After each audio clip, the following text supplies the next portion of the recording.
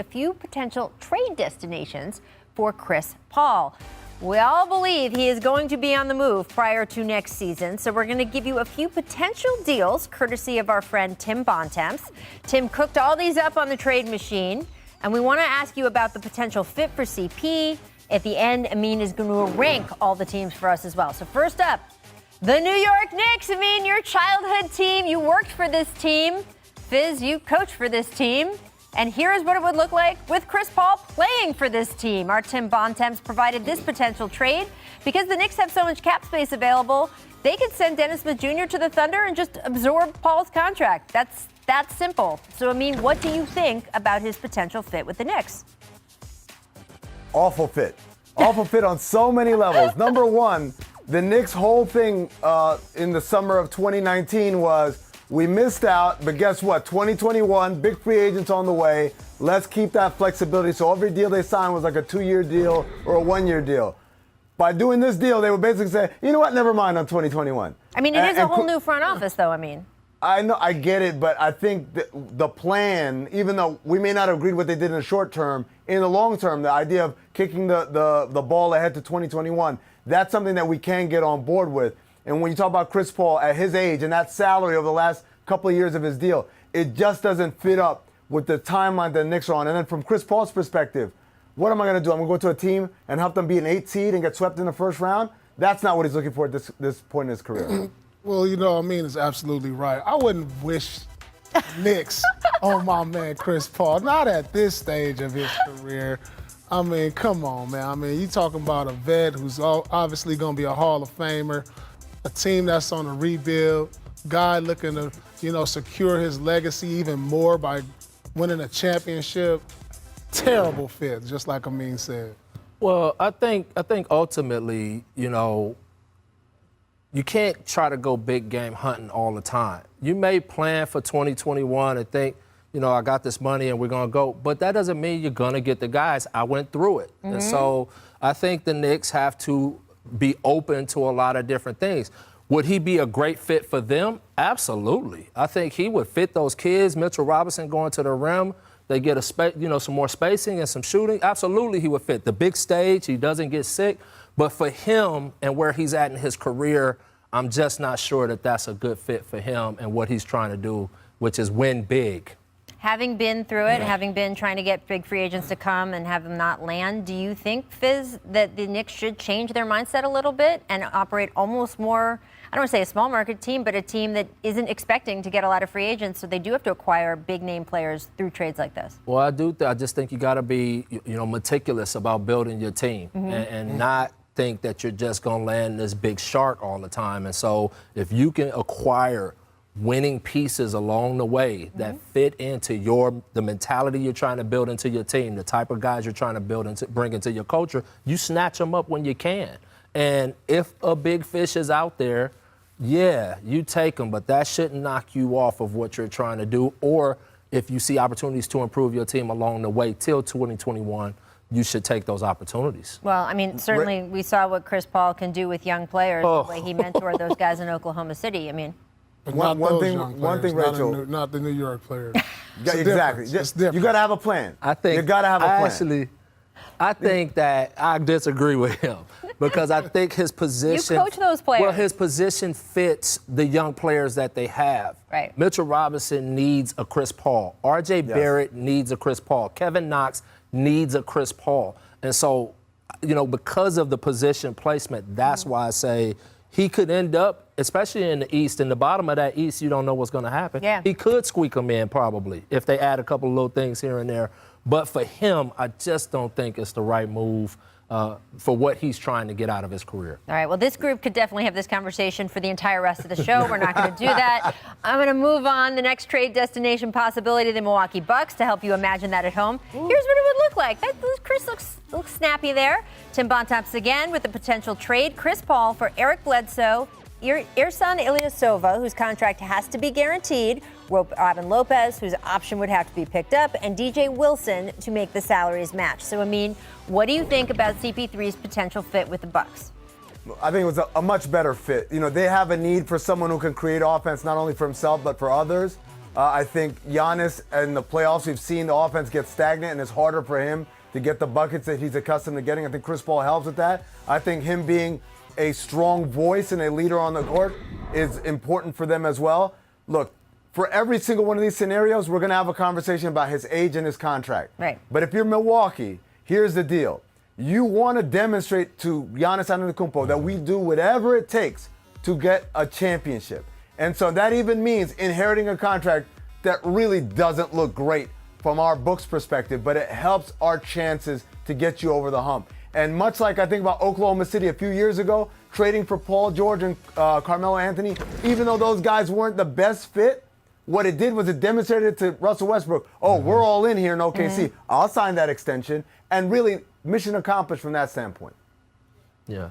What do you think of the fit, Biz? I think it's a great fit. I mean, he checks 3 boxes for Milwaukee. Playmaking, which they desperately needed because Giannis did most of the playmaking for the other guys. Leadership, and then you got a closer. People forget, Chris Paul was one of the best fourth quarter players and He's the best clutch player, in the league last year and in his career. And that's something we didn't see from this ball club in Milwaukee. So he checks those 3 boxes for me, and he puts them back in serious championship contention.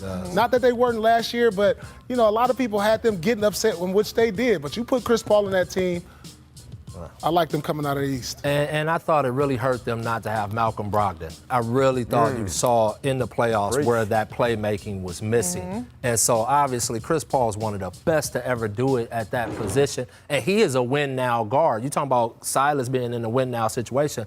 That's a win-now decision if you bring him in. And the fact that you don't have to lose Middleton in all of that means that that's a great move for them and for Chris Paul wanting to win right now. Thanks for watching ESPN on YouTube. For live streaming sports and premium content, subscribe to ESPN Plus. Do lotion and jeans go together? A Nivea breathable experiment. Now they do. Moisturizes deeply with no sticky feel. The game-changing Nivea breathable.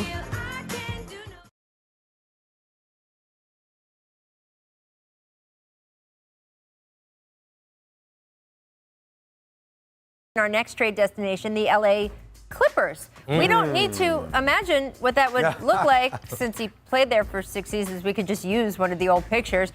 Tim Bontemps, with this potential trade, need to get creative, get a third team to make it work. So here is the fake 3-team deal. The Clippers would get Chris Paul. The Thunder would get Nicholas Batum and Rodney Magruder from the Hornets.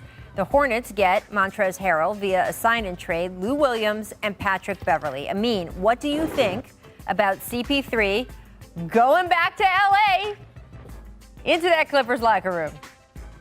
Okay, so the mock trade aside, which draws a very ill reaction for me from what Oklahoma City is getting, obviously this is a perfect fit for the Clippers. Everything that we talked about that they're lacking in terms of a veteran voice, someone who's going to tell people to get their heads out of their you-know-wheres, someone who's going to help that offense that was so stagnant in the playoffs last year. Get more ball movement, more passing, more scoring opportunities for everybody. And then, obviously, the defense and the familiarity that he has with the organization, with the city. Chris Paul is the greatest Clipper of all time, if you look at it, if you take how long he was here and what he accomplished here. So it would be only fitting for him to return to the Clippers and help them get across the hump. Yeah, I think this is the best possible fit. If you put Chris Paul in the Clippers with Kawhi and Paul George, you're looking at the next super team, I believe. I mean, Chris Paul played at a great all-star level, in some people's eyes, MVP level. And you know what Kawhi and Paul George bring to the table. Absolute best possible fit for him. They need his leadership, and this team would be the favorite if they had Chris Paul. The only thing, if I can be the negative guy here, all right, is the only thing I see wrong with the fit is all of those guys need the ball in their hands. Right. Every one of them are play off the dribble type players. And when one has it, 2 other guys are standing. Like when we were in Miami, we had Dwayne and LeBron who needed the ball in their hands. Right. Chris Bosh was a little different, whereas these 3 guys are all that way. If T-Lue can get it to work, if this was to happen, it would be exactly what he said, a super team, which means all of those guys would have to sacrifice a little bit.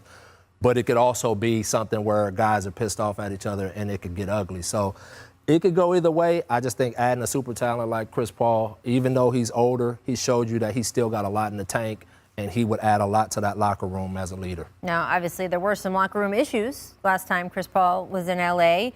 Paul, you would know, you had the inside on that more than any of us. But, you know, a lot of the guys would be gone. I mean, this trade would actually move some of the guys, and the locker room issues of this past season, which Chris Paul had nothing to do with, are also something that Ty Lue is going to have to figure out there. So there's a whole lot going on there. I want to go move on to the 76ers, who we know will be open to dealing with Daryl Morey and Elton Brand at the helm. Tim provided this potential trade, another 3-team deal to make it work here. Sixers get Chris Paul reuniting with Doc Rivers in Philly. The Thunder get Buddy Hield, Zaire Smith, Mike Scott. The Kings get Al Horford and OKC's 2020 first-round pick via Philadelphia. They got so many picks in the Thunder. I don't even know how you could keep track whose pick is from where. I mean, what do you think about the fit with the Sixers? I think of the playoff teams, this is probably one of the worst fits. I think that Doc Rivers has his work cut out in terms of trying to figure out how to make Embiid and Simmons co-occupy the floor. Obviously, Simmons, when the ball's not in his hands, it's a little bit like what Coach said with the Clippers. He's a guy who needs the ball in his hands. The difference is, at least in the Clippers, Kawhi and Paul George, they can space.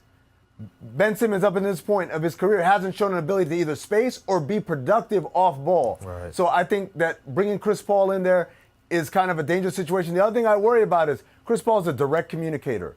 And I don't know if those guys are okay with having that kind of direct communication levied their way. And then finally, I got a question. Chris Paul and Doc Rivers, that relationship didn't exactly end on roses and kind of sweet-smelling tunes or whatever. So could they reconcile? Is that going to be an issue? So I'm not as high on this fit. Me neither. I don't want to see Doc and Chris Paul reconcile. They tried it. The marriage lasted so long it didn't work. Divorce. Everybody went their separate ways. There's no need to look back. Yeah, I don't think this is a good fit at all. And like, think about it. You think Chris Paul wants to be in the middle of these two young guys feuding and having to always try to keep pulling them back in right now? And it's the same. He said it. He took the words right out of my mouth. It's worse than the Clippers from the standpoint of you got two other guys who really need the ball in their hands, but they do not provide spacing for each other. And so I agree totally with Amin, and I don't think this is a good fit. I agree with that. I will say that having been in the bubble, Chris Paul and Doc Rivers not only had to, but worked together on purpose in the bubble quite a bit, especially after the Milwaukee Bucks situation with their walkout. So I think that situation actually, and being in the bubble together, actually mended some of the fences if they were a little bit torn and broken from the Clippers experience. That being said, I don't know if they need to go right back to working with each other. I mean, I'm friends with my ex-wife, so there's nothing wrong with that. But you didn't remarry her, Paul. Rank the teams, I mean, as the best trade destinations for Chris Paul. What do you got at the end of all this? I think number one has got to be the Bucks. I think the reason why is that they're closest to getting over the hump. The Eastern Conference, while it's tough, is not as tough as the Western Conference. And I think the natural fit there is key.